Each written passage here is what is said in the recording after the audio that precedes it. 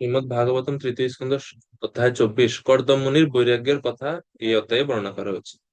তো গত অধ্যায়ে 49 থেকে 52 নম্বর শ্লোকে আমরা দেখেছি কিভাবে প্রতিজ্ঞা পূর্ণ করার পর পতিকে যখন প্রস্তন উদ্যত দেখেন, দেবহূতি তাকে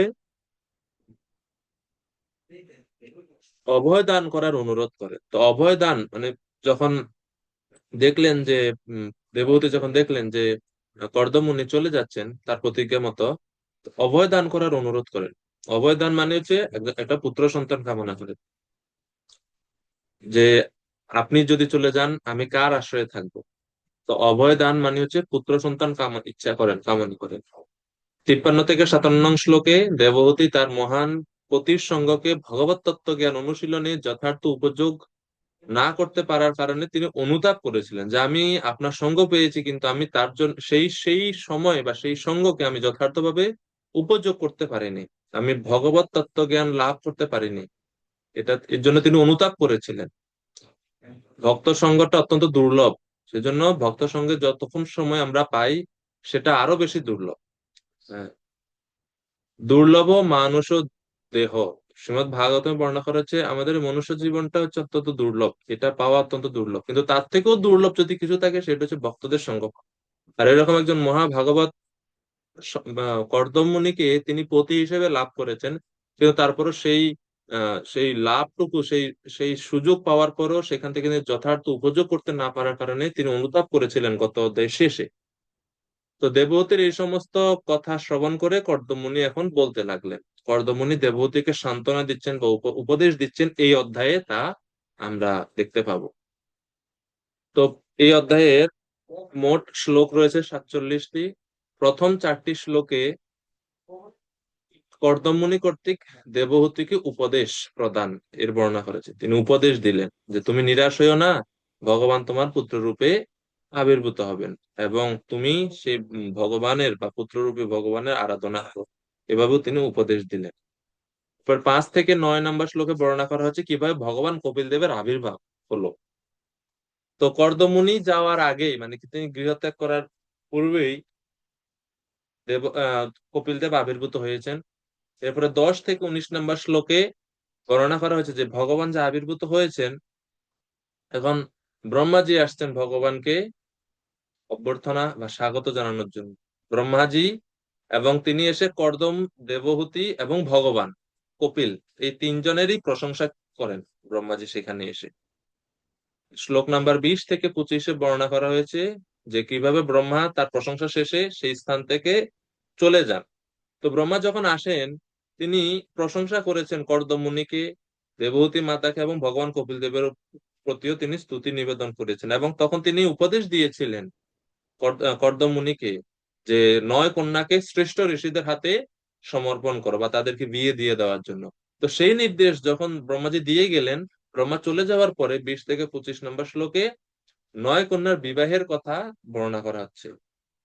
এরপরে শ্লোক নাম্বার 26 থেকে 34 নম্বর শ্লোক পর্যন্ত কপিল দেবের নিকট কর্দম মুনির প্রার্থনা প্রার্থনা বর্ণনা করা হয়েছে।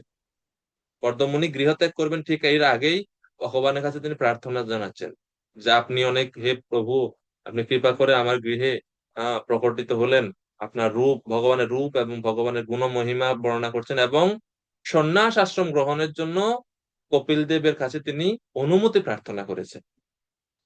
এরপরে 35 থেকে 40 কপিল দেব কর্তৃক কর্দম মুনিকে উপদেশ প্রদান। তিনি ভগবান তার পিতাকে অর্থাৎ কর্দম মুনিকে উপদেশ দিলেন। 41 থেকে 47 নম্বর শ্লোকে কর্দম মুনির সন্ন্যাস এবং ভগবত ধাম প্রাপ্তি বর্ণনা করা হয়েছে। তো এই হচ্ছে পুরো অধ্যায়।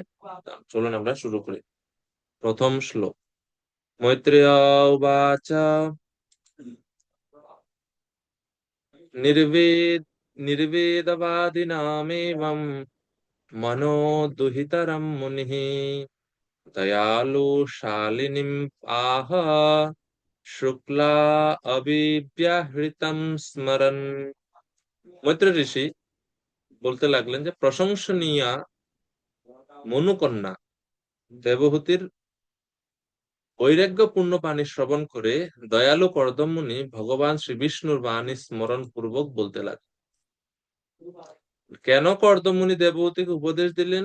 কর্দমমুনির মতো একজন মহান ভগবত ভক্তকে প্রতিরূপে পাওয়া সত্ত্বেও দেবহূতি যে তার সুফল লাভ করতে পারলেন না, এটার জন্য দেবহূতি অনুতাপ করেছিলেন। আর এই অনুতাপের জন্য কর্দমমুনি দেবহূতিকে এখন সান্ত্বনা দিচ্ছেন। এবং শালিনীম বলা হচ্ছে মনুকন্যা দেবহূতিকে, মানে প্রশংসার পাত্রী তিনি। কেন? কারণ ওনার গৃহে ভগবান আবির্ভূত হবেন। এবং বলা হচ্ছে যে দয়ালু কর্দমমুনি ভগবান শ্রী বিষ্ণুর বাণী স্মরণ পূর্বক বলতে লাগলেন। ভগবান শ্রী বিষ্ণুর বাণী স্মরণ করছেন মানে কি? ভগবান কোন বাণী স্মরণ করছেন? 21 অধ্যায়ে, এই তৃতীয় স্কন্ধের 21 অধ্যায়ে শ্লোক নাম্বার 32-এ ভগবান শ্রীহরি বলছেন, স সহায়ম স্বাংশ কলয়া, অর্থাৎ আমি তোমার গৃহে আমার নিজের অংশ কলায় দেবহূতির গর্ভে জন্মগ্রহণ করব বা আবির্ভূত হবে এবং সাংখ্য শাস্ত্র প্রণয়ন করব। ভগবান এটা পূর্বে বলেছেন, অধ্যায় 21 শ্লোক নাম্বার 32। তো কথা স্মরণ করে সেই কথা স্মরণ করে এখন তিনি দেবহূতিকে বলছেন।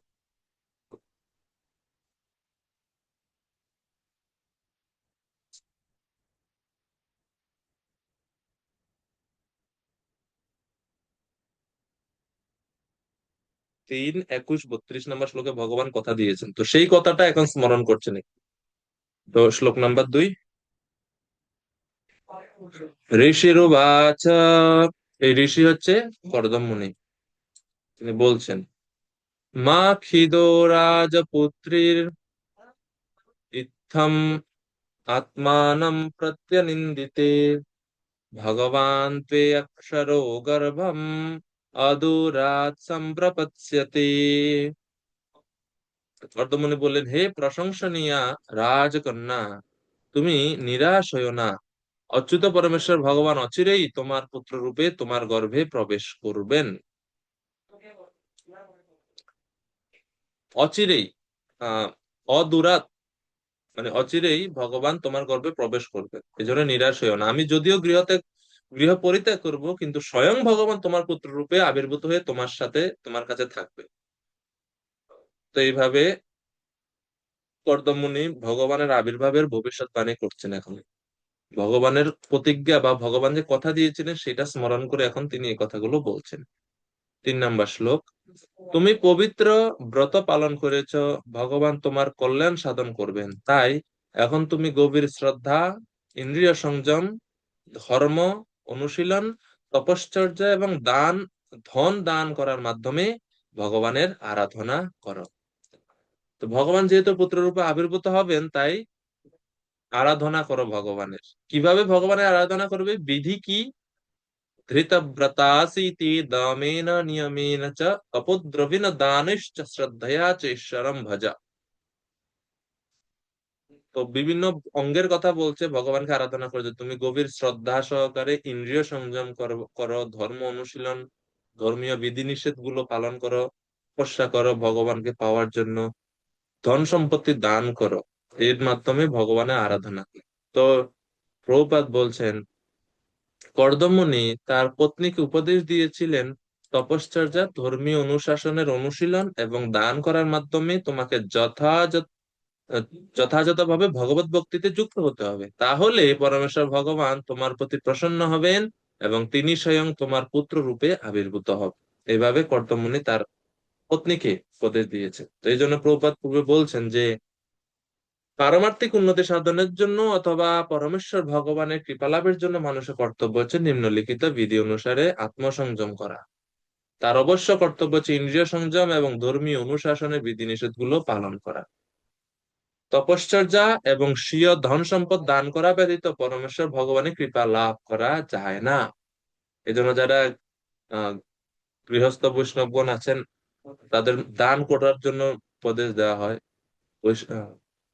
গার্হস্থ্য জীবনে বৈষ্ণব সেবা, বৈষ্ণবদের বা ভগবানের মন্দিরে দান করতে হয় সম্পদ, এর দ্বারাতে অর্জিত সম্পদ শুদ্ধ হয়, মন্দিরে দান করার ফলে।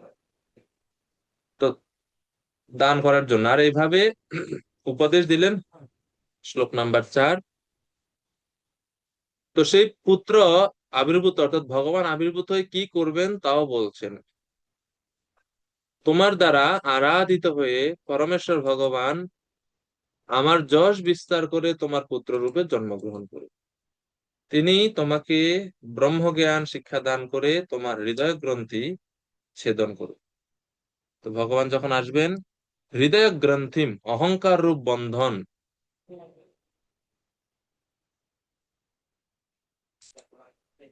তোমার হৃদয়ে যে আহ, বন্ধন আছে সেটা ছিন্ন করবেন।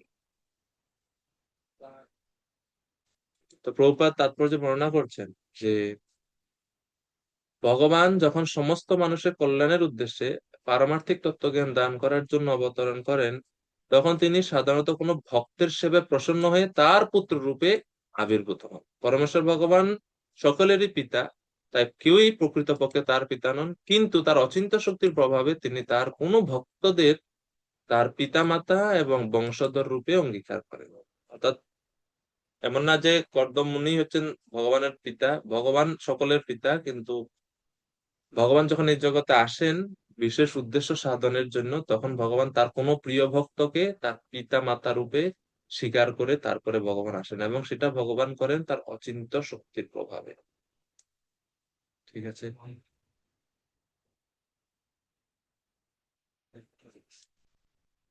এরপরে 5 থেকে 9 এখন ভগবান কপিল দেবের আবির্ভাবের কথা, বা কিভাবে ভগবান কপিল দেব আবির্ভূত হলেন তা বর্ণনা করা হচ্ছে। मैत्रेय उवाच देवहूत्यापि सन्देशं गौरवेण प्रजापते सम्यक् श्रद्धाय पुरुषां कुटस्थम् अभजत् गुरुम्। দেবহূতি তার প্রতি প্রজাপতি কর্দমের আদেশের প্রতি অত্যন্ত শ্রদ্ধান্বিত ছিলেন। হে মহর্ষি, এইভাবে তিনি সকলের হৃদয়ে বিরাজমান ব্রহ্মাণ্ডের প্রতি পরমেশ্বর ভগবানের আরাধনা করতে শুরু করেছিলেন। তো এখানে আমরা দেখতে পাচ্ছি যে যখনই কর্দমুনি উপদেশ দিলেন দেবহূতি মাতাকে, দেবহূতি মাতার বিশেষ একটা যোগ্যতা এখানে বর্ণনা করা হচ্ছে। কর্দমের আদেশের প্রজাপতি কর্দমুনির আদেশের প্রতি তিনি অত্যন্ত শ্রদ্ধান্বিত ছিলেন। শিষ্য যেরকম গুরুদেবের আদেশের প্রতি অত্যন্ত শ্রদ্ধা রাখেন, গৌরবেনা, গৌরব মানে হচ্ছে গভীর শ্রদ্ধা থাকা উচিত। তো ভক্তি সিদ্ধান্ত বিশ্বনাথ চক্রবর্তী ঠাকুর তিনি গুরুভাষ্যক্রমে বলছেন যে প্রভুপাদ ভগবত গীতা তাৎপর্য ব্যাখ্যা করছেন যে শিষ্যের গুরুদেবের আদেশের প্রতি বা বাণীর প্রতি খুবই দৃঢ় শ্রদ্ধা থাকা উচিত, এমনকি নিজের জীবন বিপন্ন করে হলেও গুরুর আদেশ পালন করা উচিত। আমরা অরুণ আরুণির গুরু ভক্তির কথা জানি মহাভারতের। গুরুর আদেশ রক্ষার জন্য নিজে শুয়ে গেছে জমির আইলের মাঝখানে জল বন্ধ করার জন্য। প্রসিদ্ধ এরকম অনেক কাহিনী আছে। তো এই যে মানে আমরা গুরু পূজার সময় গাই না, গুরু মুখ পদ্ম বাক্য চিত্তেতে করিয়া ঐক্য, আর না করিব মনে আশা। গুরুমুখ পদ্ম বাক্য, গুরুদেব ওনার শ্রীমুখ থেকে যা আদেশ উপদেশ দেন সেটা আমাদের চিত্তেতে করিয়ে ঐক্য, এটা চিত্তে ধারণ করা উচিত ঐকান্তিকতার সহিত। এটাই আমাদের সম্পদ। প্রভুপাদ বলছেন যে গুরুদেব যখন শিষ্যকে কোনো উপদেশ বা আদেশ দেন, সেটা হচ্ছে শিষ্যের জন্য অমূল্য সম্পদের মতো। তো এর ফলে তিনি কর্দমুনি নির্দেশিত যে যে পন্থা সেগুলোর দ্বারা তিনি ভগবানকে আরাধনা করতে শুরু করেন। প্রভুপাদ তাৎপর্য খুব গুরুত্বপূর্ণ বলছেন যে প্রতি গুরুর ভূমিকা পালন করেন।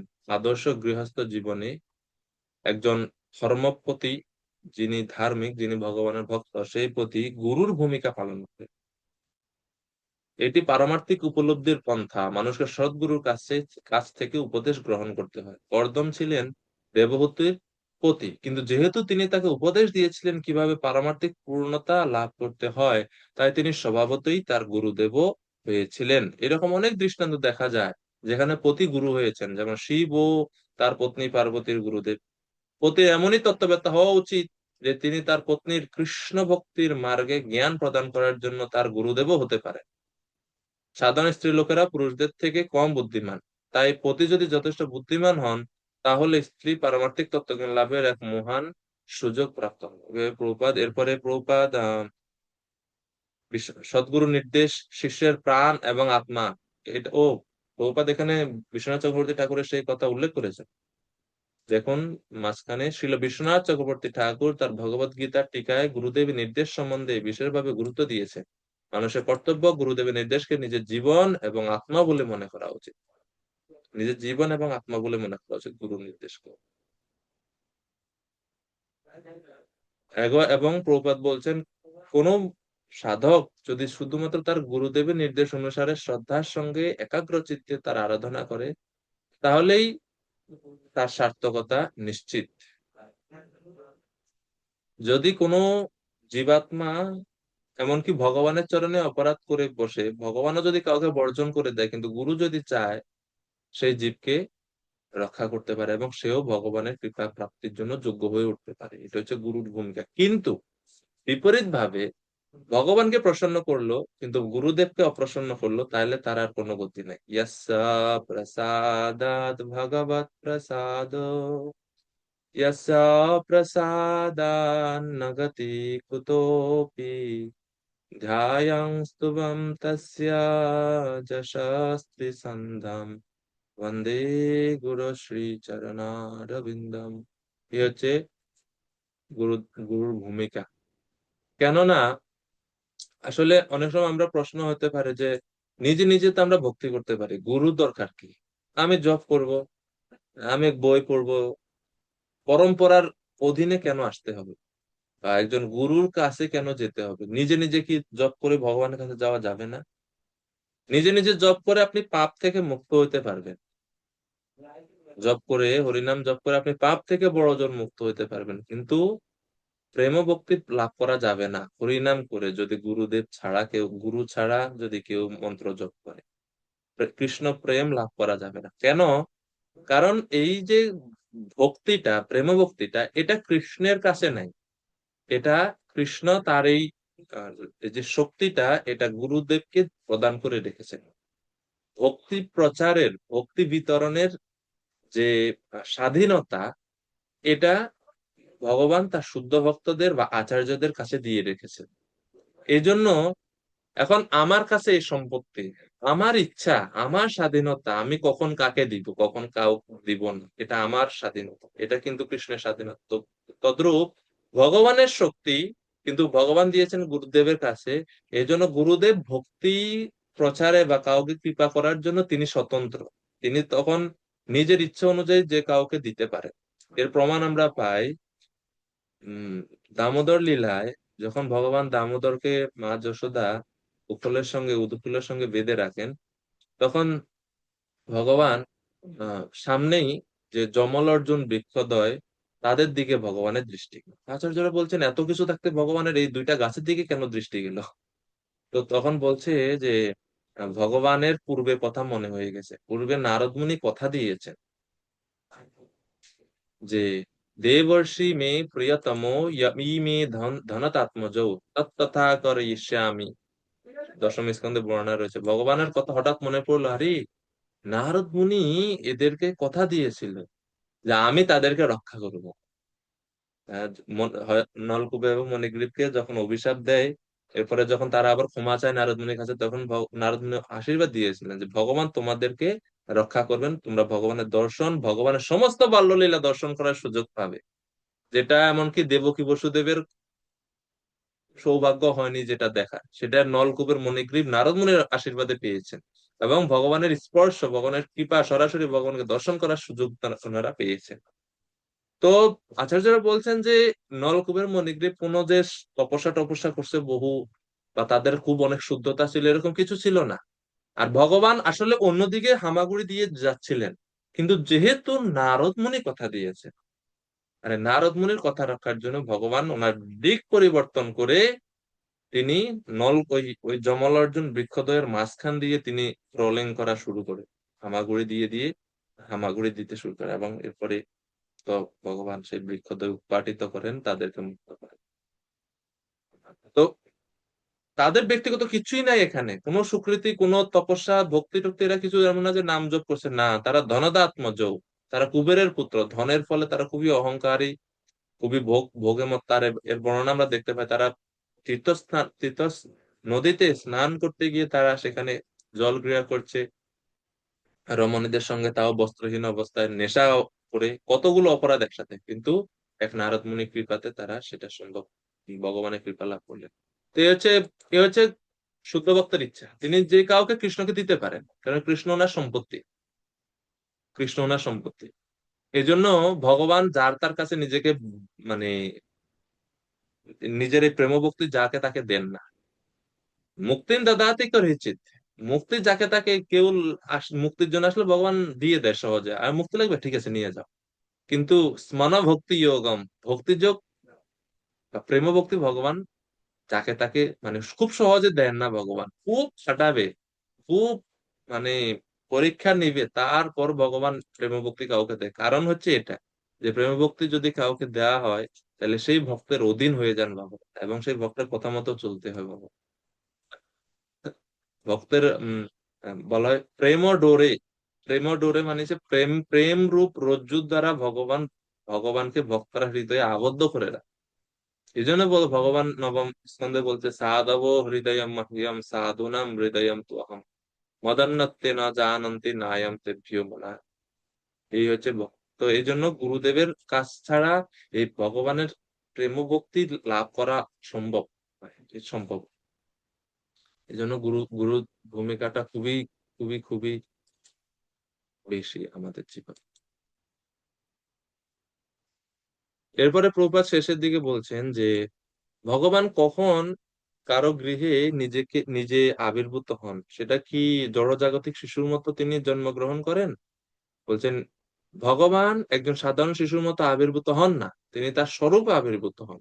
সেই সম্বন্ধে গীতায় ভগবান বলছেন, অন্তরঙ্গা শক্তি আত্মবায়ার দ্বারা আমি আবির্ভূত হই। এবং তিনি কিভাবে আবির্ভূত হন?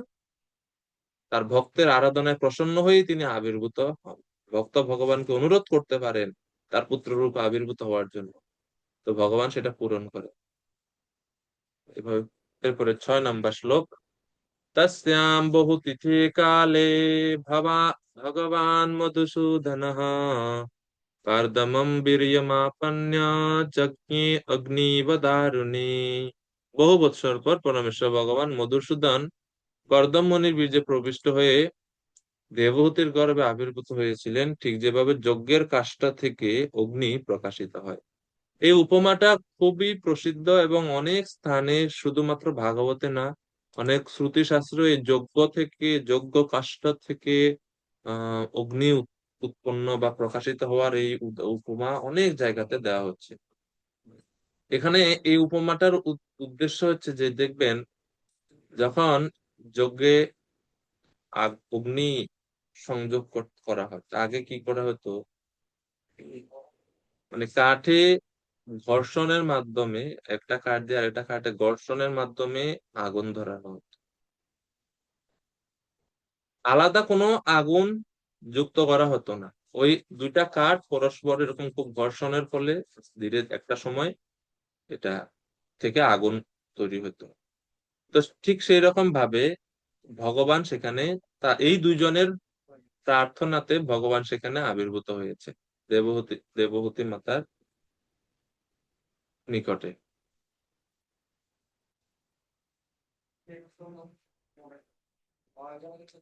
এবং কারদমম বীর্যম, কর্দম ঋষির বীর্য। এখন প্রশ্ন হতে পারে, আরে এটা তো হচ্ছে জড়জাগতিক জীব, এই জগতে যখন আবির্ভূত, সরি জন্মগ্রহণ করে, তখন তারা পুংস রেতা কনাশ্রয় কর্মণা দৈব নেত্রেণ জন্তুর দেহোপপত্তয়ে, বর্ণনা আসবে সামনে, যে এই জীব কোন পুরুষের রেতকণ আশ্রয়ে কোন মায়ের গর্ভে প্রবেশ করে, সেখানে বড় হয়, এরপরে জন্মগ্রহণ করে। তো ভগবানও কি সেই রকম কর্দমুনির বীর্যে জন্মগ্রহণ করছেন? এখানে বীর্য বলতে কি বোঝানো হচ্ছে? তো বিশ্বনাথ চক্রবর্তী ঠাকুর এটা পরিষ্কার করছেন যে এখানে কার্দমম বীর্যম কর্দমস্য ভক্তি প্রভাবম আপন্নস্তেন বশীকৃত ইতি অর্থ। অর্থাৎ কর্দমম বীর্যম শ্লোকে যে দেওয়া আছে এর অর্থ হচ্ছে কর্দম ঋষির বীর্য বলতে এখানে তার ভক্তির প্রভাবকে বোঝাতে হবে। বোঝা গেছে? বীর্য বলতে এখানে ভক্তির প্রভাব, ওনার যে ভক্তি সেই ভক্তির শক্তিতে ভগবান আসলেন। আপন্ন, আপন্ন শব্দের অর্থ হচ্ছে প্রবেশ করা, শব্দ অর্থে আছে। বিশ্বনাথ চক্রবর্তী ঠাকুর বলছেন আপন্ন মানে হচ্ছে প্রাপ্ত হয়ে, অর্থাৎ উনি ওনার ভক্তির শক্তিতে ভগবানকে বশীভূত করেছেন। অগ্নির ইব দারুণী, কাঠের অভ্যন্তরে যেমন অগ্নি থাকে, সেই রূপ দেবহূতিতে অন্তর্যামী রূপে থেকে ভগবান এখন পুত্র রূপে প্রকটিত হলেন। মানে ভগবান যেরকম কাঠের মধ্যে আগুন থাকে কিন্তু অদৃশ্য, দেখা যায় না, যখন খুব ঘর্ষণ হয় তখন সে আগুনটা বাইরে আসে, তেমনি দেবহূতির হৃদয়েও ভগবান আছেন অন্তর্যামী রূপে। সেই অন্তর্যামী পুরুষ, সেই পরমেশ্বর ভগবানই এখন পুত্র রূপে সামনে প্রকটিত হলেন। এমন না যে মায়ের গর্ভ থেকে তিনি সামনে আসছেন, না, সেই ওই রকম নয়। ভগবান ওই জড় বদ্ধ জীবদের মতো 10 মাস গর্ভে থেকে এর উপরে আসেন, এরকম নয়। তো এটা বিশ্বনাথ চক্রবর্তী ঠাকুর ব্যাখ্যা করছে। তো প্রভুপাদ এই এই উপমাটা ব্যাখ্যা করছেন তাৎপর্য আরো, যে অগ্নি সর্বদাই কাঠে বর্তমান থাকে কিন্তু কোনো বিশেষ প্রক্রিয়া অগ্নি প্রজ্বলিত হয়। তেমনি পরমেশ্বর ভগবান সর্বব্যাপ্ত, সর্বত্রই আছেন। তো ওনাকে আবির্ভূত হতে হলে কি চিন্ম জগৎ থেকে নেমে আসতে হবে এখানে? উনি তো সর্বত্রই আছেন, যে জাস্ট অপ্রকাশিত ভাবে, অব্যক্ত ভাবে আছেন। উনি চাইলে যে কোনো স্থানে, যে কোনো মাধ্যমে, যে কারোর কাছে তিনি প্রকটিত হতে পারে। ভগবান আসতে দেরি করতে হয় না এই জন্য।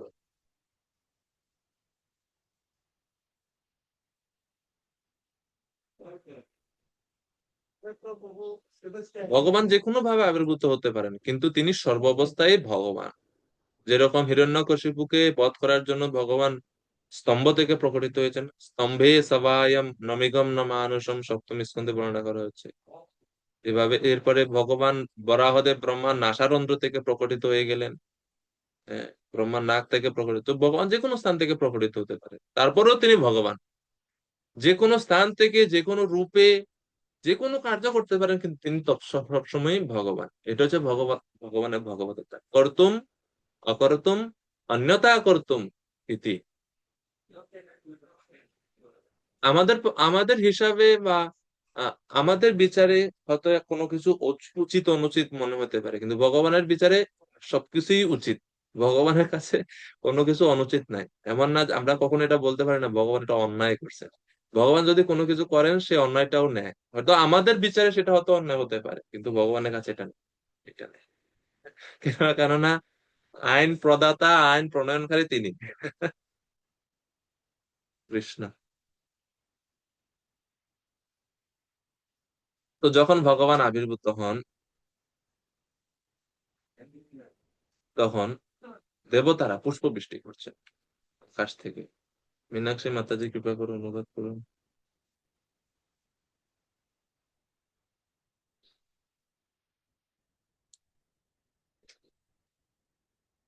আনমিউট করুন। তো হরে কৃষ্ণ প্রভু, প্রণাম প্রভু। হরে সাত কৃষ্ণ। নম্বরেরটা 8 নাম্বার। ও, আর 7, হ্যাঁ ঠিক আছে, 7, 7। 7 তো পড়া হয়নি। 7 নাম্বার। হরে কৃষ্ণ প্রভু, হ্যাঁ। শ্লোক নম্বর 7, অনুবাদ। তখন পৃথিবীতে তার অবতরণের সময় দেবতারা গগনমণ্ডলে বর্ষায়মান মেঘের মতো তাদের বাদ্যযন্ত্র বাজাতে লাগলেন। স্বর্গের গায়ক গন্ধর্বেরা ভগবানের মহিমা কীর্তন করে গান গাইতে লাগলেন এবং অপ্সরারা পরম আনন্দে নাচতে লাগলেন। হরে কৃষ্ণ প্রভু। হরে কৃষ্ণ।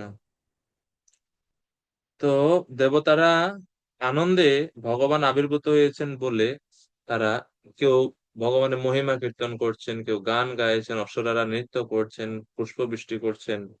হ্যাঁ, তো যেরকম পরমেশ্বর ভগবান শ্রীকৃষ্ণ যখন আবির্ভূত হন,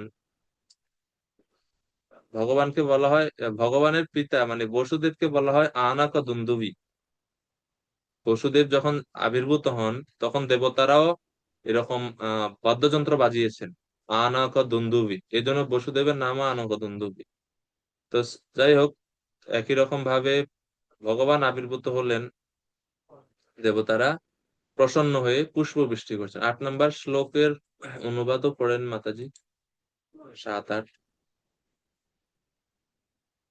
হরে কৃষ্ণ প্রভু। শ্লোক নম্বর 8 অনুবাদ। ভগবানের আবির্ভাবের সময় গগন মার্গে মুক্ত রূপে বিচরণকারী দেবতারা পুষ্পবৃষ্টি করেছিলেন। তখন সমস্ত দিকমণ্ডল, জলরাশি এবং সকলের চিত্ত অত্যন্ত প্রসন্ন প্রসন্ন হয়েছিল। হরে কৃষ্ণ প্রভু। পুষ্প বৃষ্টি করছেন সমস্ত দেবতারা, সমস্ত দিক মন্ডল জলরাশি সকলের চিত্ত প্রসন্ন হয়েছিল, যেহেতু পরমেশ্বর ভগবান আবির্ভূত হচ্ছেন, এজন্য সমস্ত গ্রহ নক্ষত্র সব শুভ স্থানে অবস্থান করছেন। দিক সমস্ত সমস্ত দিক, জলরাশি, সমস্ত প্রকৃতির সমস্ত উপাদান, ভূমি জল বায়ু অগ্নি আকাশ, সব শুভ স্থানে, কেননা পরমেশ্বর ভগবান আসছেন। যেরকম কোন স্থানে যখন আহ কোনো মন্ত্রী বা এরকম কোনো হাই প্রোফাইলের কেউ যখন আসে, তখন সবার মুখে হাসি। যার মনে কষ্ট সেও হাসে, সবাই মালা নিয়ে অপেক্ষা করে। তারপরে সবাই রেডি, মানে স্বাগত জানানোর জন্য। তো সেই রকম দেবতারাও সবাই প্রসন্ন হলেন, সব সব দিক শুভ হয়ে উঠলো, এরকম। আর এটা হচ্ছে ভগবান বা ভগবানের শুদ্ধ ভক্ত আবির্ভূত হলে এরকম পরিবেশ। আর এর ঠিক বিপরীত পরিবেশ হয় যখন কোনো অসুরেরা আবির্ভূত হয় এবং মারা যায়, দুইটা। অসুরেরা যখন আবির্ভূত হয় তখনও প্রকৃতির বিপর্যয় হয়, এবং তারা যখন দেহ ত্যাগ করে, জড়জগৎ ত্যাগ করতে থাকে, তখনও বিপর্যয় করে তারপরে তারা এই জগৎ থেকে বিদায় নেয়।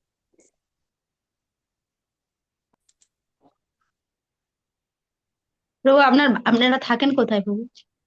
বাংলাদেশের? সিলেট। ও,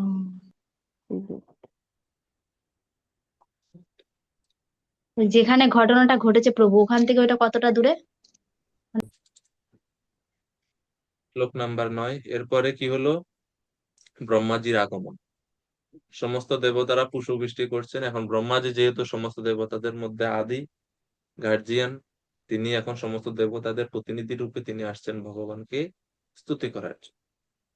তৎকর্দমাশ্রম পদম সরস্বত্যা পরিশ্রিতম স্বয়ম্ভূ সাকম ঋষিভিঃ মরিচ্যাদিভি অভ্যয়াত। মরিচি আদি ঋষিগণ সহ স্বয়ম্ভুব ব্রহ্মা সরস্বতী নদী পরিবেষ্টিত কর্দমমুনির আশ্রমে গিয়েছেন। ব্রহ্মাজি আসছেন, সাথে ওনার আরো মরিচি আদি সব ঋষিগণকে নিয়ে আসছেন, ঠিক পরিবেষ্টিত হয়ে আসছেন তাদের দ্বারা। ব্রহ্মাকে কেন স্বয়ম্ভু বলা হয়? কারণ ওনার কোন জড় পিতা মাতার মাধ্যমে তার জন্ম, এই জন্য ওনাকে বলা হয় স্বয়ম্ভু। এবং তিনি হচ্ছেন প্রথম জীব, গর্ভদক্ষে ভগবান বিষ্ণু নাভি কমল থেকে ওনার উৎপত্তি। এখন 10 থেকে 19 নাম্বার শ্লোকে, তৃতীয় সেকশন এই অধ্যায়ের, ব্রহ্মাজি, তিনি কর্দম মুনি, তারপরে মাতা দেবভূতি এবং ভগবান কপিল দেব, এই তিনজনেরই স্তুতি প্রশংসা করছেন। ভগবন্তম পরম ব্রহ্মা সত্ত্বেনাংশেন শত্রুহম ত্বত্ত্বসংখ্যান বিজ্ঞপ্তি বিজ্ঞপ্তি জাতম বিদ্বান অজঃ স্বরাট। মৈত্র বলতে লাগলেন, হে শত্রু সংহারক, জ্ঞান আহরণে প্রায় সম্পূর্ণ স্বতন্ত্র অজ ব্রহ্মা বুঝতে পেরেছিলেন যে পরমেশ্বর ভগবানের এক অংশ সাংখ্য নামক পূর্ণ জ্ঞান বিশ্লেষণ করার জন্য তার শুদ্ধ সত্যময় স্বরূপে দেবহূতির গর্ভে আবির্ভূত হয়েছে। সত্ত্বে না মানে শুদ্ধ সত্য স্বরূপ অংশের দ্বারা, পূর্ণ স্বরূপের না। কপিল দেব ভগবান পূর্ণ না, এক অংশের দ্বারা। কেন আসছেন তিনি? এই অবতারের মূল কার্যটা কি? তত্ত্ব সংখ্যান বিজ্ঞপ্তই, সাংখ্য তত্ত্ব বর্ণনা বা বিস্তারিত জ্ঞান প্রদানের জন্য। তত্ত্ব, সাংখ্য তত্ত্বটা কি মনে আছে আপনাদের ভগবত গীতা থেকে? জড় এবং চেতন বস্তুর মধ্যে যে বিশ্লেষণাত্মক জ্ঞান, সেটাকে বলা হচ্ছে সাংখ্য। এই জড় জগতের কি কি উপাদান আছে, প্রকৃতির কি কি উপাদান আছে, কয়টা উপাদান দিয়ে জগৎ তৈরি হইলো, এই সবগুলা বিষয় নিয়ে যে বিস্তারিত আহ যে বিষয়, এটাকে বলা হয় সাংখ্য তত্ত্ব। সাংখ্য কারিকা নামক বইও আছে সংস্কৃতে, উম, যেখানে সাংখ্য তত্ত্ব বিস্তার ভাবে বর্ণনা আছে। মঙ্গলময়ী মাতাজি। হরে কৃষ্ণ প্রভু প্রণাম। বলছি হুম। এখানে ব্রহ্মাকে অজ বলা হয়েছে কেন? অজ মানে জন্মরহিত, ভগবান তো জন্মরহিত, মতলব ব্রহ্মা তো জন্ম হয়। প্রভুপাদ বলছেন অজ কেন, কারণ জড় কোনো পিতামাতার মতো মতো ওনার জন্ম, মানে জড় কোনো পিতামাতার মাধ্যমে ওনার জন্ম হয়নি, এই জন্য ওনাকে আচ্ছা। বলা হচ্ছে অজ। ওনার ওনার পদ্মফুলের উপরে জন্মগ্রহণ করছে না, কোনো মা হ্যাঁ, বাবা নেই, এই জন্য অজ বলছে। আচ্ছা প্রভু।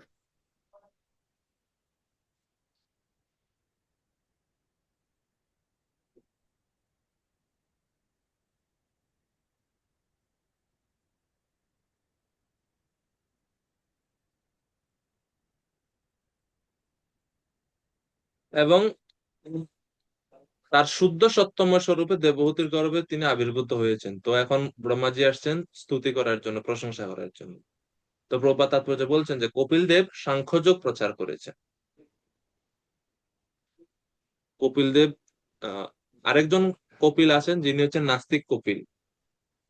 তো নাস্তিক এবং নাম দুইজনের একই, দুইজনে একই বিষয় বর্ণনা করেছেন, কিন্তু একজনের বর্ণনাতে পরমেশ্বর ভগবানকে স্বীকার করছে, আরেকজন আরেকজন বর্ণনার মধ্যে পরম তত্ত্ব ভগবানকে স্বীকার করে নাই, এই জন্য হচ্ছে নাস্তিক। প্রভুপাদ বলছেন যে ভগবান স্বয়ং বেদান্ত সূত্রের প্রণেতা এবং বেদান্ত সূত্রের পূর্ণ জ্ঞাতা, তেমনি কপিল দেব রূপে আবির্ভূত হয়ে পরমেশ্বর ভগবান সাংখ্য দর্শন প্রণয়ন করেছেন। একজন নকল কপিল রয়েছে, যে এক প্রকার সাংখ্য দর্শন প্রচার করেছে, কিন্তু ভগবানের অবতার কপিল দেব সেই কপিল থেকে ভিন্ন। কর্দম মুনির পুত্র কপিল তার সাংখ্য দর্শনে কেবল জড় জগতেই নয়, চিৎ জগৎ সম্বন্ধে অত্যন্ত স্পষ্ট রূপে ব্যাখ্যা করেছেন। এরপরে ভগবানের সত্য সত্যেন, সত্যর স্বরূপে তিনি আসছেন, শুদ্ধ সত্য স্বরূপে আসছেন, তার ব্যাখ্যা প্রভুপাত করছেন। এবং শেষ অংশে প্রভুপাত বলছেন অংশেন শব্দটি ইঙ্গিত করে পরমেশ্বর ভগবান শ্রীকৃষ্ণের অংশের অংশরূপে কপিল দেব আবির্ভূত হয়েছিলেন। ভগবানের অংশ অথবা কলায় নিজেকে বিস্তার করেন ভগবান। অংশ মানে হচ্ছে সরাসরি বিস্তার, কলা মানে হচ্ছে অংশের অংশ। অংশ, কলা এবং স্বয়ং পরমেশ্বর ভগবানের মধ্যে কোনো পার্থক্য নেই, ঠিক যেমন বিভিন্ন প্রদীপের মধ্যে কোনো পার্থক্য নেই। কিন্তু যে দ্বীপটি থেকে অন্যান্য দ্বীপগুলো জ্বালানো হয় সেটিকে বলা হয় আদি, তাই কৃষ্ণকে বলা হয় আদি, আদি পুরুষম, গোবিন্দম আদি পুরুষম। যেরকম ব্রহ্মসংহিতার এই শ্লোকের অনুবাদ প্রভুপাদ এখানে দিচ্ছেন, দীপার চিরেব শ্লোক,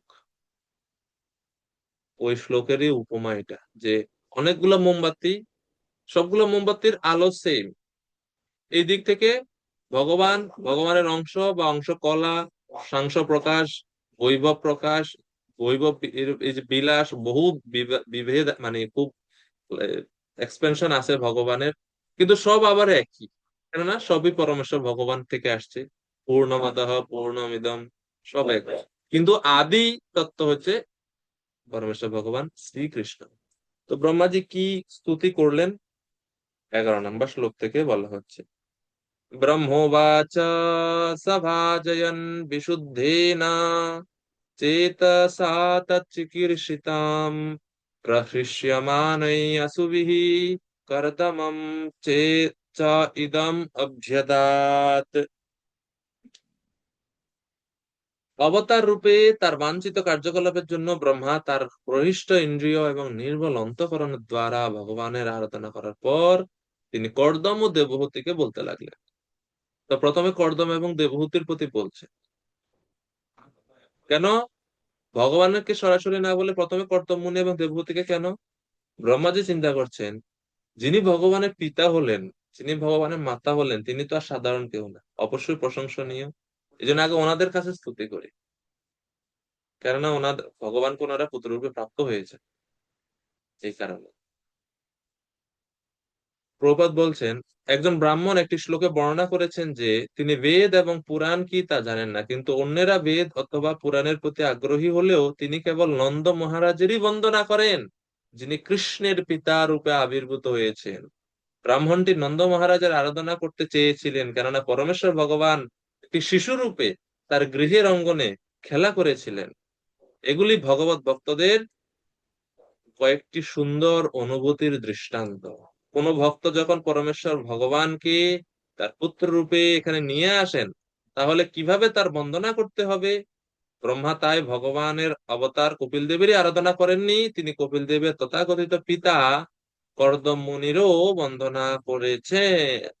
ওকে, এখন আপনাদের কাছে কুইজ কোশ্চেন। এই শ্লোক, এই কোন ব্রাহ্মণ এই শ্লোক, কি শ্লোকে বলেছেন, এটা আপনারা কেউ জানেন? প্রবাদ বলেছেন একজন ব্রাহ্মণ একটি শ্লোক বর্ণনা করেছেন। এই এই ব্রাহ্মণ কে এবং এই শ্লোকটা কি বলতে পারবেন কেউ?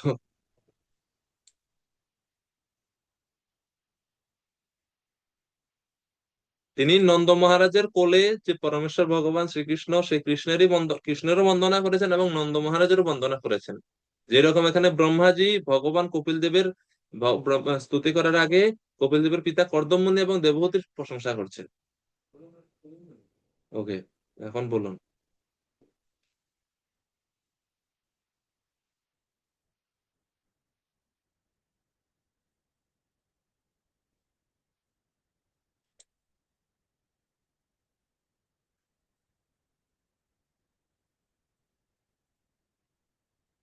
মাতাজি বলুন।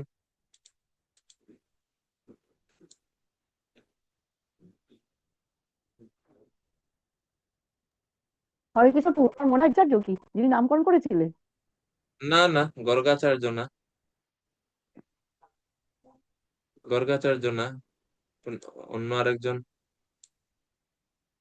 আর কেউ বলবেন?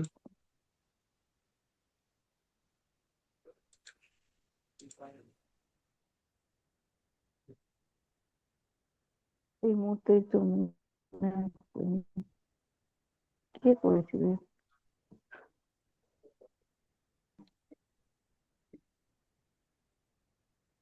শ্রুতিম অপরে স্মৃতিম অপরে, এই হচ্ছে শ্লোকের শুরু।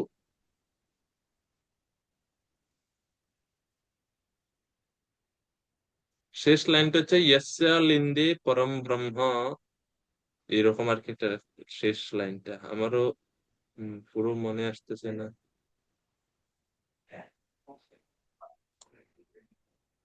শ্রুতিম অপরে স্মৃতিম অপরে।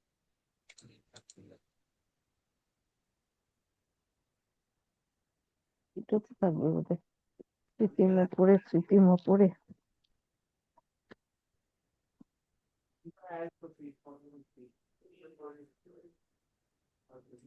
দেখি একটু খুঁজে পাই কি না।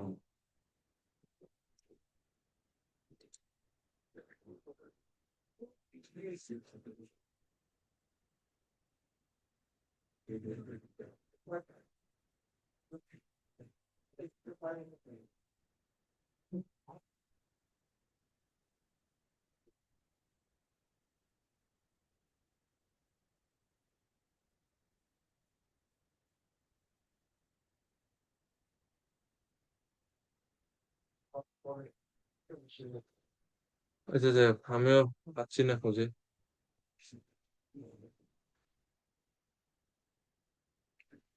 প্রথম অংশটা মনে আছে, শেষ অংশ মনে আছে, মাঝখানটা মনে নেই।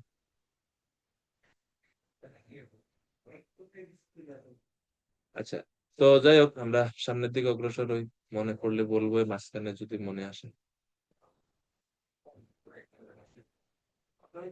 12 থেকে 15। त्वया मे अपिचिति तात कल्पिता निर्व्यलीकतः यन्मे संजगृहे वाक्यम भवान मानादमानयन्। ব্রহ্মা বললেন, হে প্রিয় পুত্র কর্দম, তুমি যেহেতু নিষ্কপটে শ্রদ্ধা সহকারে পূর্ণরূপে আমার নির্দেশ পালন করেছ, তার ফলে তুমি যথাযথভাবে আমার পূজা করেছ, তুমি আমার সমস্ত নির্দেশ পালন করেছ এবং তার দ্বারা তুমি আমাকে সম্মান প্রদর্শন করেছ। অপচিতি, কেননা কর্দম মুনি যে তপস্যা করলেন ভগবানের কাছে, ওনার তপস্যার বিষয়বস্তু ছিল যে একজন সমমনার যোগ্য স্ত্রী প্রদান করুন। কেন স্ত্রী দিয়ে কি করবে? মানুষ ভগবানের কাছে তপস্যা করে মুক্তি চায় না, আমার সেবা।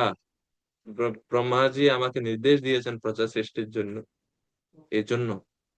তো এখন ব্রহ্মাজি এখন বলছেন সেই কথা যে তুমি আমার নির্দেশ পালন করেছো এবং সেই নির্দেশ পালনের দ্বারা আমাকে পূজা করেছো।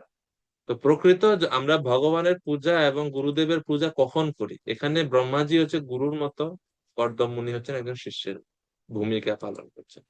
গুরুদেবের প্রকৃত পূজা তখনই হয়, এটা আরো মহিমান্বিত পূজা, যখন আমরা গুরুদেবের বাণী বা গুরুদেবের নির্দেশ পালন করি। আমরা গুরু পূজার সময় তো আমরা গুরুদেবকে আরতি করি ধূপ, দীপ, পুষ্প, চামর পাখা ইত্যাদির মাধ্যমে, সেটা গুরুদেবের পূজা হয়। কিন্তু গুরুদেবের নির্দেশটাকে জীবনে ধারণ করাটা, পালন করাটা হচ্ছে প্রকৃত গুরু পূজা।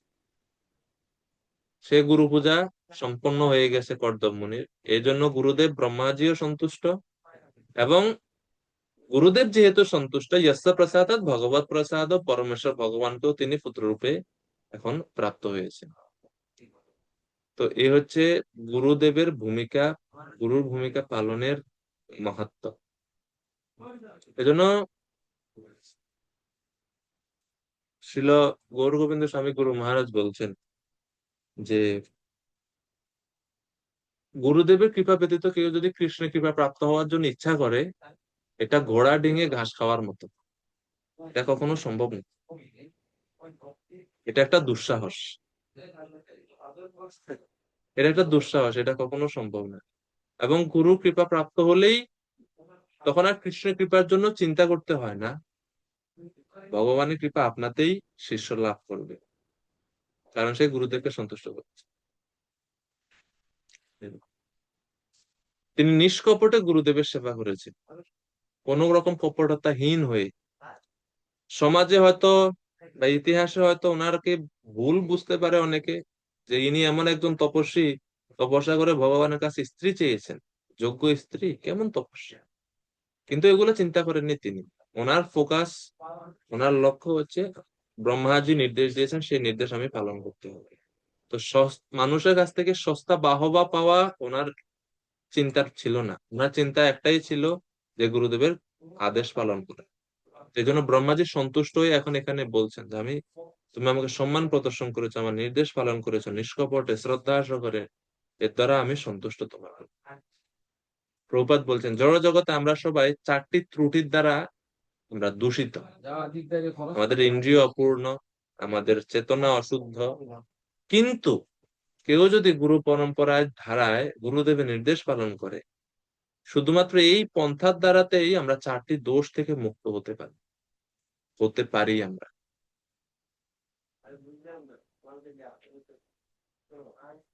এরপরে প্রভুপাদ বলছেন গুরুকে সম্মান মানে তার নির্দেশ অক্ষরে অক্ষরে পালন করা।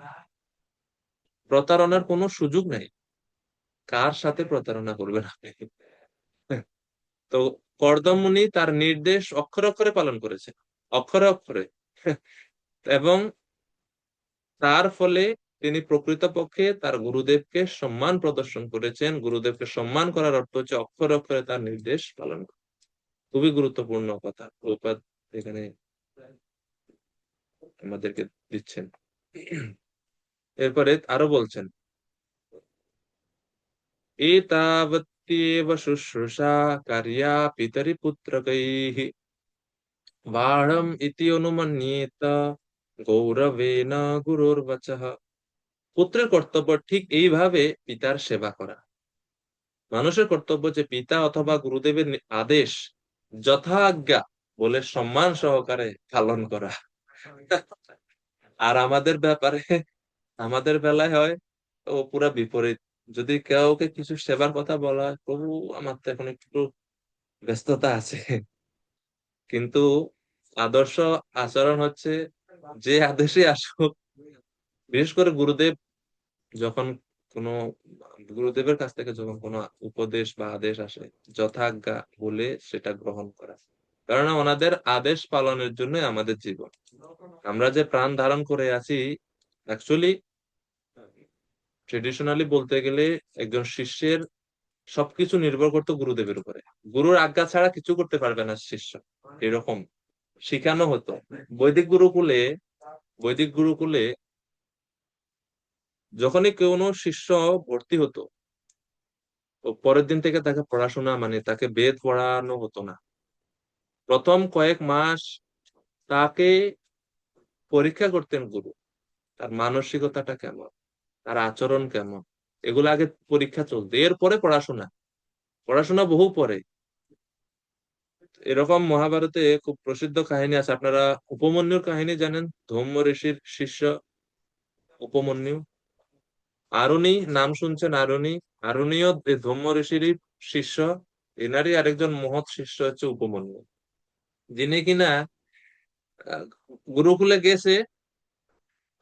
গুরুকুলে গিয়ে গুরুদেবের কাছ থেকে একটা অক্ষরও ক্লাস করেনি, কিন্তু এর আগে গুরুদেব ওনাকে বিদায় করে দিছে যে তোমার আর পড়াশোনা করতে হবে না, তুমি সমস্ত বৈদিক জ্ঞান তোমার হৃদয়ে প্রকাশিত হবে, তুমি চলে যাও, তোমার শেষ পড়াশোনা।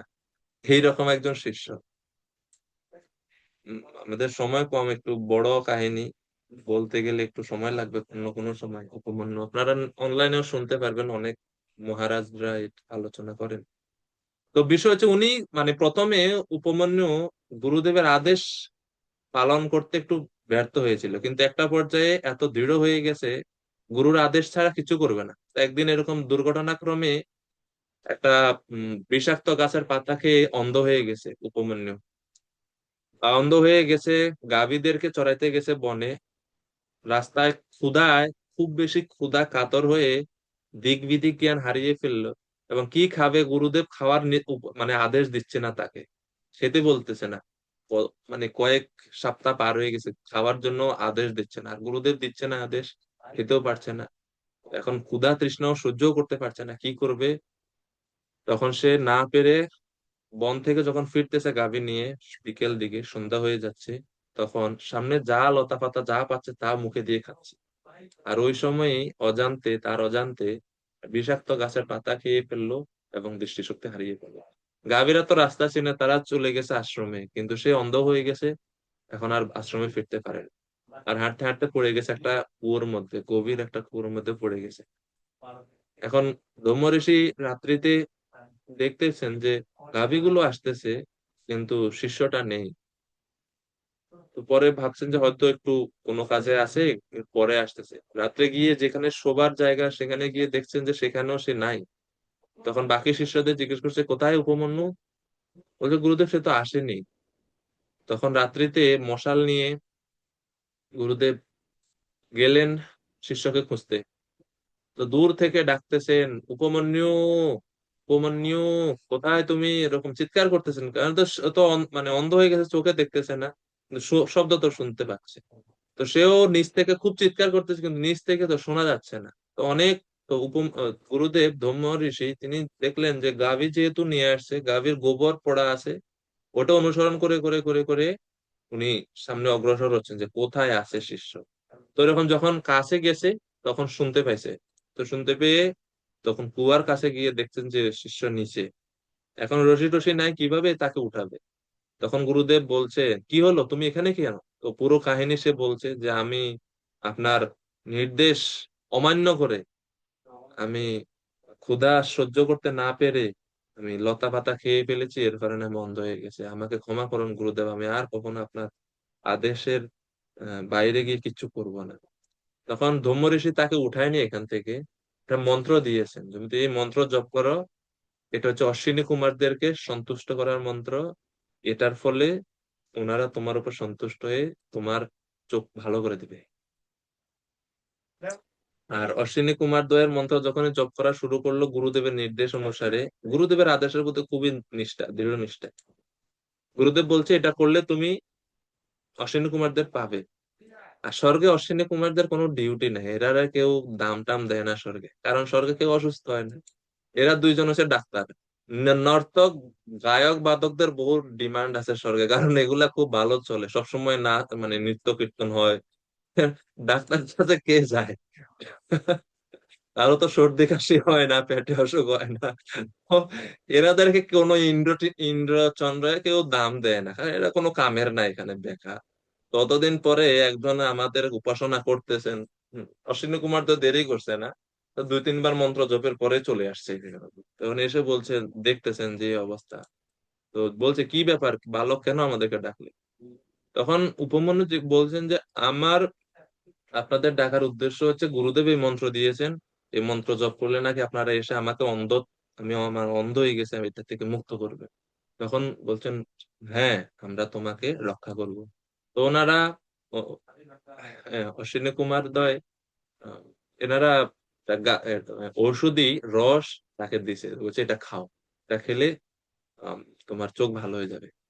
এখন উপমন্যু খাচ্ছে না এটা, বলছে না, গুরুদেব তো বলছেন এটা খেতে, গুরুদেবের আদেশ ছাড়া আমি এটা খেতে পারবো না। কারণ একবার আদেশ লঙ্ঘন করে যে অন্ধ হয়েছে, আপনাদের কথা বিশ্বাস না, কারণ আমি আপনাদেরকে চিনি না, আমি আমার গুরুদেবকে জানি। তো গুরুদেব যতক্ষণ না বলবে আমি এটা খাবো না। ও বলছে, আরে তোমার গুরুদেব না বললো আমাদের মন্ত্র জপ করলে করলে আমরা তোমাকে অন্ধত্ব দূর করবো, এই যে আমরা আসলাম ওষুধ দিচ্ছি, এটা ওষুধ খাও, আমাদের কথা বিশ্বাস করো। ওই জন্য আপনাদের কথা কোনো বিশ্বাস আমি করি না, গুরুদেব যদি না বলে আমি এটা খাবো না, আমি এখানে পড়ে মরবো, অন্ধ হয়ে থাকি তাও ভালো, কিন্তু আর গুরুদেবের আদেশ লঙ্ঘন করা যাবে না। অতটুক গুরু নিষ্ঠা।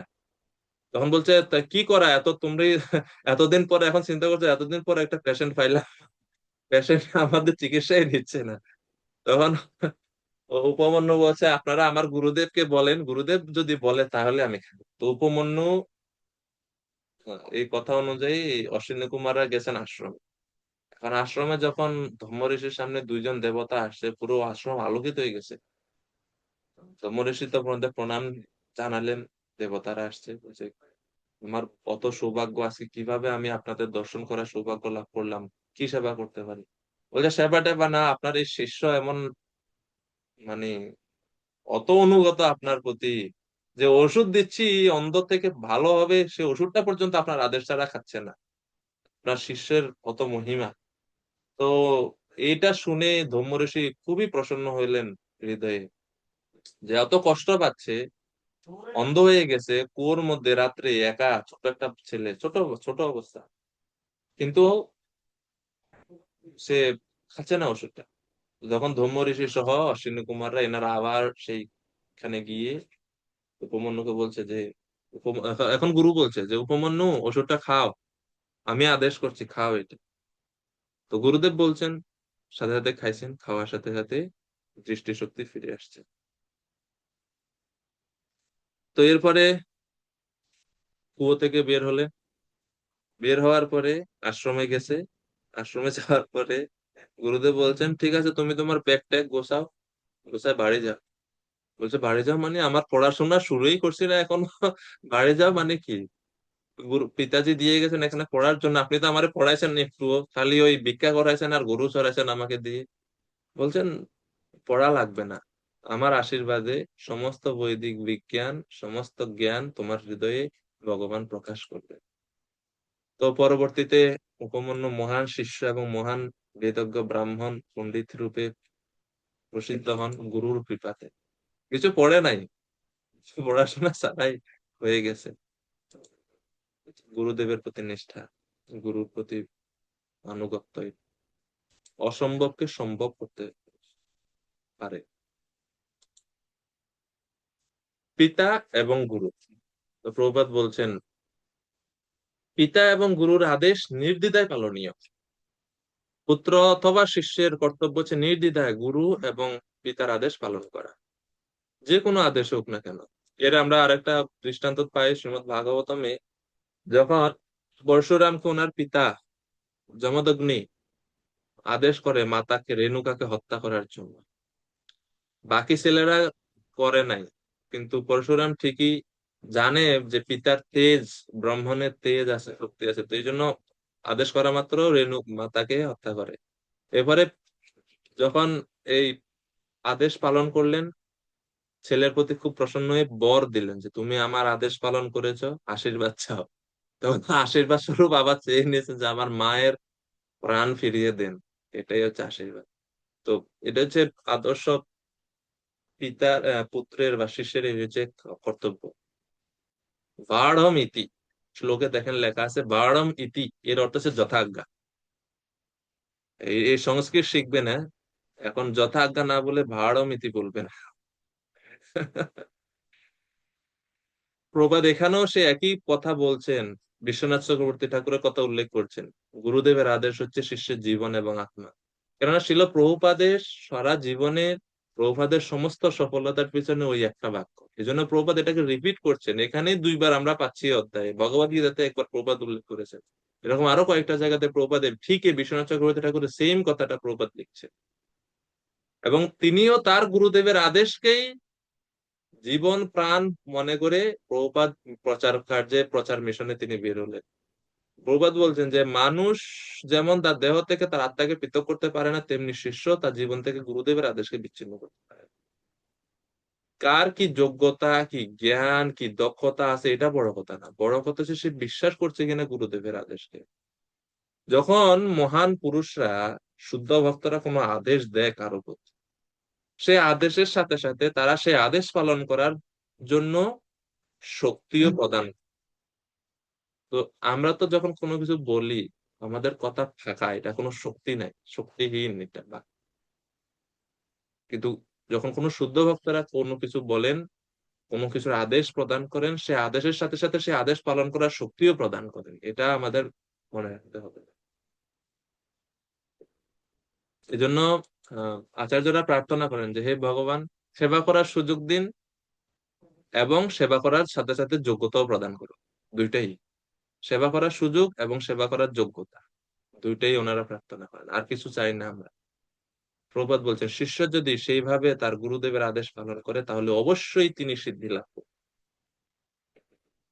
যস্য দেবে পরাভক্তির যথা দেবে তথা গুরু তস্যৈতে কথিতা ইয়র্থা প্রকাশন্তে মহাত্মনা। তার হৃদয়ে ভগবত তত্ত্ব জ্ঞান প্রকাশিত হয়, সেই শিষ্যের হৃদয়ে যার গুরুদেবের প্রতি, ভগবানের প্রতি যেমন নিষ্ঠা শ্রদ্ধা আছে, ঠিক ঠিক ততটুকু বা তার থেকে একটু বেশি হলেও অসুবিধা নাই। ভগবানের মতো অথবা ভগবানের থেকে বেশি হলেও সমস্যা নাই, গুরুদেবের প্রতি থাকতে হবে, থাকা উচিত। তাহলে সেই ভক্তের কাছেই বৈদিক তত্ত্বজ্ঞান প্রকাশান্তে প্রকাশিত হয়, বৈদিক তত্ত্বজ্ঞান প্রকাশিত হয়। এই হচ্ছে গুরুর ভূমিকা, এই হচ্ছে গুরুদেবের। এছাড়াও অথর্ব অথর্ববেদে আচার্যবান পুরুষ বেদ, পরম পুরুষ ভগবানকে তিনি জানতে পারেন যার আচার্য আছে, মানে যিনি গুরুর শরণাগত। তদ বিজ্ঞানার্থম স গুরুমেবা বিগচ্ছেত সমিত পানি শ্রোত্রিয়ম ব্রহ্মনিষ্ঠম। তো বৈদিক শাস্ত্রে এই সবগুলো শ্লোকেতে আহ, মুন্ডক উপনিষদে এটা বলা হচ্ছে, শ্রুতি শাস্ত্রে সদ্গুরুর শরণাগত হওয়ার জন্য।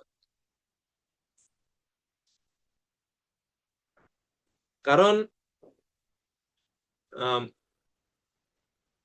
শ্রীমৎ ভাগবতমে যেটা বর্ণনা করা হচ্ছে যে সংসার সমুদ্রে অত বড় বড় ঢেউ, অত বড় বড় ঘূর্ণিবায়ু, অত বড় বড় জলোচ্ছ্বাস আসতেছে, এই সংসার সাগর অতিক্রম করার জন্য নৌকার একজন মাঝি দরকার, দক্ষ মাঝি দরকার, যিনি খুবই দক্ষ কিভাবে এই সাগর অতিক্রম করতে হয় তার ব্যাপারে।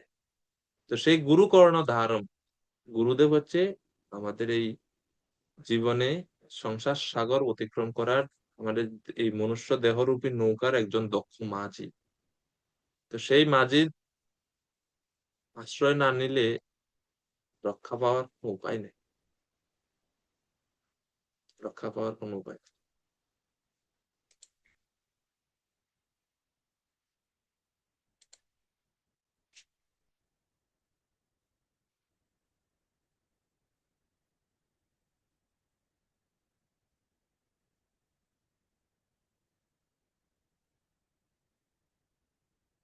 চৈতন্য চরিতামৃতের প্রথম শ্লোক জানেন আপনারা? গীতার প্রথম শ্লোক পারেন, ভাগবতমের প্রথম শ্লোক পারেন, চৈতন্য চরিতামৃতের প্রথম শ্লোক পারেন? প্রথম শ্লোকে গুরু দিয়ে শুরু করছেন কৃষ্ণদাস কবিরাজ গোস্বামী। বন্দে গুরুন ঈশ ভক্তান ঈশমীশাবতারকান তৎপ্রকাশাংশ্চ তৎশক্তিঃ কৃষ্ণ চৈতন্য সঙ্গকম। প্রথমে গুরুর বন্দনা করছেন, বন্দে গুরুন। গুরুন মানে বহু বচন। দীক্ষা এবং শিক্ষাভেদে গুরুগণের শ্রীবাসাদি ঈশ ভক্তগণ, অদ্বৈত প্রভু প্রভৃতি ঈশ অবতারগণ, নিত্যানন্দ আদি ঈশ প্রকাশগণ, তৎপ্রকাশন এবং গদাধর আদি ভগবানের শক্তিগণ, এই পঞ্চতত্ত্বাত্মক শ্রীকৃষ্ণ চৈতন্য মহাপ্রভুকে আমি বন্দনা করি। তো এভাবে গুরুদেবের বন্দনার মাধ্যমেই তিনি চৈতন্য চরিতামৃত শুরু করছেন কৃষ্ণদাস কবিরাজ গোস্বামী।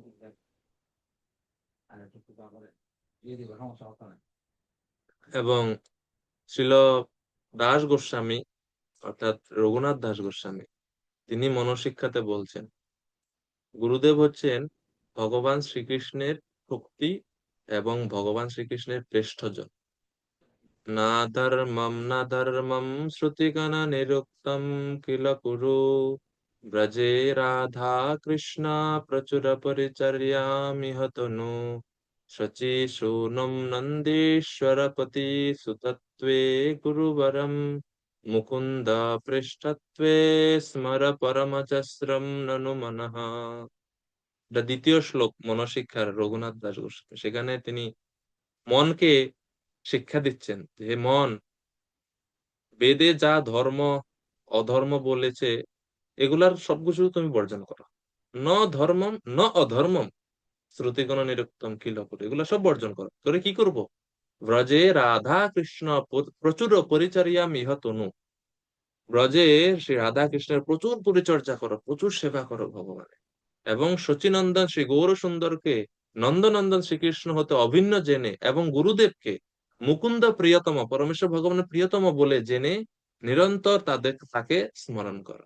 তাহলে এই সমস্ত কিছু তুমি লাভ করবে, নচেত নয়। এই হচ্ছে গুরুর ভূমিকা, রঘুনাথ দাস গোস্বামী আমাদেরকে শেখাচ্ছেন। এজন্য শিষ্যের এটা প্রাইম ডিউটি, গুরুদেবের আদেশ নির্দেশ কে হৃদয়ে ধারণ করা এবং সেগুলো পালন করার চেষ্টা করা। শাস্ত্রে, নীতি শাস্ত্রে শিষ্যদের ক্যাটাগরি দেওয়া হচ্ছে যে এ তো হচ্ছে উত্তম সেবক, শ্রেষ্ঠ সেবক, যারা পারমিতি বা যথাজ্ঞা বলে গুরুদেবের নির্দেশ পালন করে এবং এর দ্বারা তারা সিদ্ধি লাভ করবে। আর কিছু শিষ্য কিছু কয়েক ধরনের সেবকেরা আছে, বা কয়েক ধরনের সেবকের বর্ণনা শাস্ত্রে বলা হচ্ছে, যাদেরকে বলা হচ্ছে অধম সেবক, যারা গুরুর ভূমিকা, গুরুদেবের আশীর্বাদ পায় না, উল্টা আরো তারা অপরাধ করে বসে গুরুচরণ। দুই ধরনের। বৈষ্ণব অপরাধকে তুলনা করা হচ্ছে পাগলা হাতির সঙ্গে, আর গুরুদেবের চরণে অপরাধকে তুলনা করা হচ্ছে কিসের সঙ্গে জানেন? এটা বৈষ্ণব অপরাধের মধ্যে ক্যাটাগরিতে পড়বে না যদি গুরুচরণে অপরাধ, এটা আরো বেশি ভয়ঙ্কর। এটা সাধারণ বৈষ্ণব অপরাধ না, এটা আরো বেশি ভয়ঙ্কর। এটাকে তুলনা করা হচ্ছে সিংহের সঙ্গে, সিংহ অপরাধ। হাতি মাথা, হাতিকে যদি পাগলা হয় তাও তো মাহুত দিয়ে কোন রকম একটা আস্তে আস্তে শান্ত টান্ত করা যায়, পাগলা হাতি। কিন্তু সিংহ আরো বেশি ভয়ঙ্কর। তো গুরুদেবের চরণে অপরাধটা হচ্ছে এইরকম। তো ছয় ছয় প্রকারের এরকম অধম সেবক আছে, আমাদের এরকম হওয়া উচিত নয়। অলিবানো জ্যোতিষকঃ স্তব্ধীভূতঃ কিমেককঃ প্রেষিতঃ প্রেষকশ্চৈব ষড়েতে সেবকাধমঃ। অলি সব প্রথম বলা হচ্ছে ষড় এতে, ছয় প্রকারের অধম সেবক। প্রথম হচ্ছে অলি। অলি মানে হচ্ছে মৌমাছি। মৌমাছির স্বভাবটা দেখবেন কোথাও স্থির নেই, এখান থেকে একটু, এখান থেকে একটু, এখান থেকে একটু, এখান থেকে একটু, মানে অস্থির, চঞ্চল এবং বিভ্রান্ত। তো মৌমাছির মত কিছু শিষ্য আছে এরকম, মৌমাছি যেরকম এক ফুল থেকে আরেক ফুলে উড়ে বেড়ায়, সেরকম কিছু শিষ্য আছে অত্যন্ত চঞ্চল এবং অস্থির। কোন সেবা আজকে একটু এই সেবা কিছুদিন করবে, ওই সেবা কিছুদিন করবে, কোনো কিছুতে স্থিরতা নাই। কোন সেবা শুরু করলে এটা পূর্ণ করেন। বাসন মাজতেছে ভগবানের, তো দুই চারটা মাজছে, এবার এগুলা সব ফেলে রেখে চলে গেছে কোথাও, হাওয়া হয়ে গেছে, খুঁজে পাওয়া যাচ্ছে না। তো এটা ভালো সেবকের বৈশিষ্ট্য নয়। নিয়ম হচ্ছে যখনই কোনো সেবা আমরা শুরু করি, শেষ পর্যন্ত এটা করা উচিত, শেষ করে এরপর অন্য সেবা ধরা উচিত।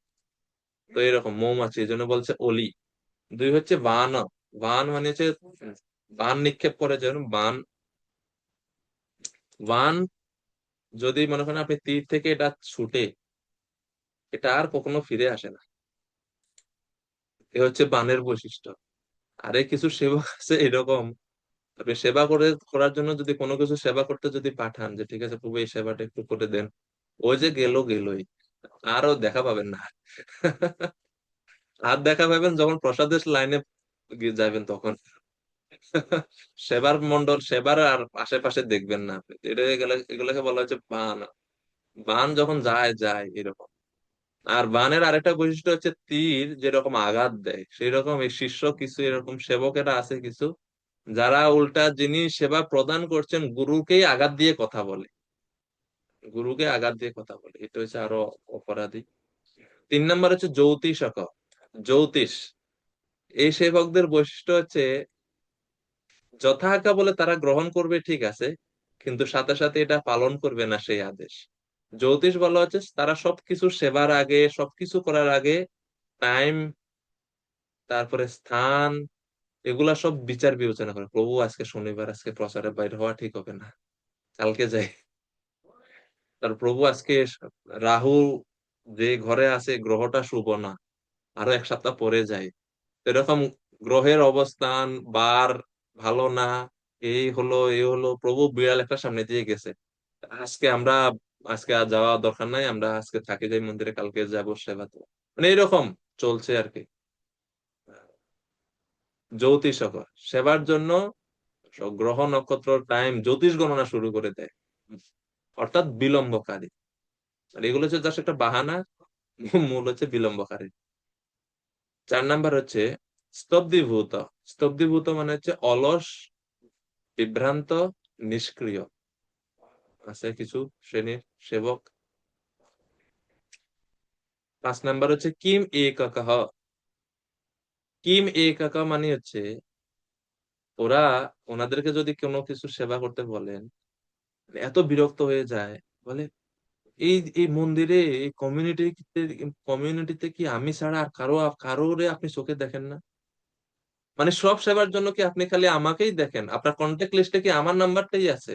সব সময় খালি আপনি আমাকেই কল দেন। আমি কি একা সবকিছু করতে পারবো? অত অত বড় অত অত সেবা আমি একা, এটা আমাদের সম্ভব? সবসময় খালি আমাকেই কল করেন। এটাকে বলা হচ্ছে কি মেয়ে কাকা।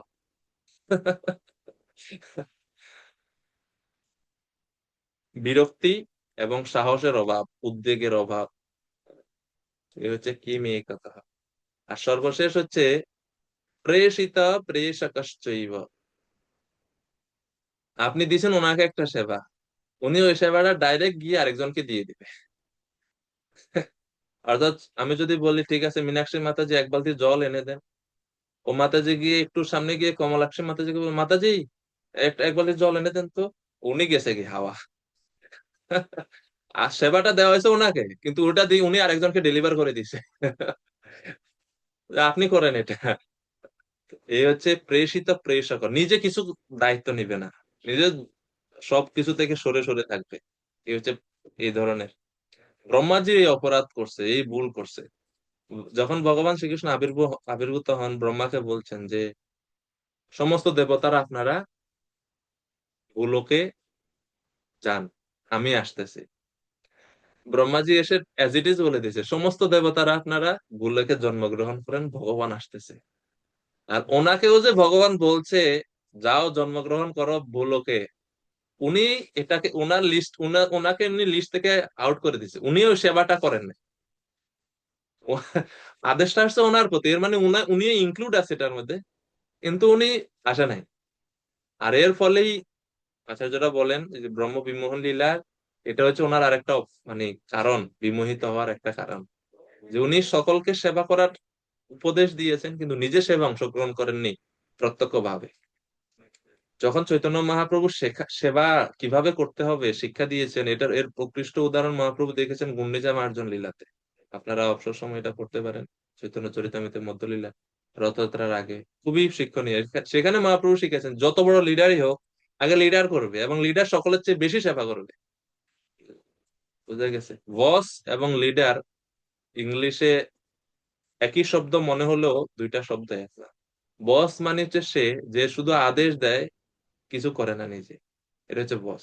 কিন্তু প্রভুপাদ বা আমাদের বর্তমানের যারা সিনিয়র তারা বলছে বস হওয়া যাবে না, লিডার হতে হবে। লিডার মানে হচ্ছে সে যে সুদূর প্রসারী পরিকল্পনা আছে, অনেক দূরের কথা চিন্তা করতে পারে, ভবিষ্যৎ চিন্তা করতে পারে, সবাইকে নির্দেশ দিয়ে সবাইকে মিলেমিশে সবার সাথে একসাথে সেবা করতে পারে। তিনি হচ্ছেন লিডার। তিনি শুধুমাত্র আদেশই দিবেন না, আদেশ দিবেন, কমান্ড করবেন, সাথে সাথে নিজেও করবেন। আর চৈতন্য মহাপ্রভু এটা দেখাইছে। যখন গুন্ডিচা মার্জন লীলা হয়, মহাপ্রভু নিজে মার্জন করছেন, সব ভক্তরা মার্জন করছেন, সবাইকে বলছেন কে কতটুক জায়গা পরিষ্কার করলে ময়লা জড়ো করবে। সবাই জড়ো করছে শেষে, তো সবাই জড়ো করছে, মহাপ্রভুও জড়ো করছেন। আর মহাপ্রভুর যে ময়লা জড়ো করছেন, এটা সকলের সবার সম্মিলিত প্রচেষ্টা থেকে সবচেয়ে বেশি মহাপ্রভুর। তো মহাপ্রভু খালি নির্দেশই দেন নাই, তিনি নিজেও অংশগ্রহণ করেছেন। এ হচ্ছে সেবক, সেবার বৃত্তিতে এমনই থাকা উচিত। প্রেষিত প্রেষকশ্চ হওয়া উচিত না, খালি সেবা ডেলিগেট করে দেওয়া আরেকজনের কাছে, ঠিক না এটা। যাই হোক,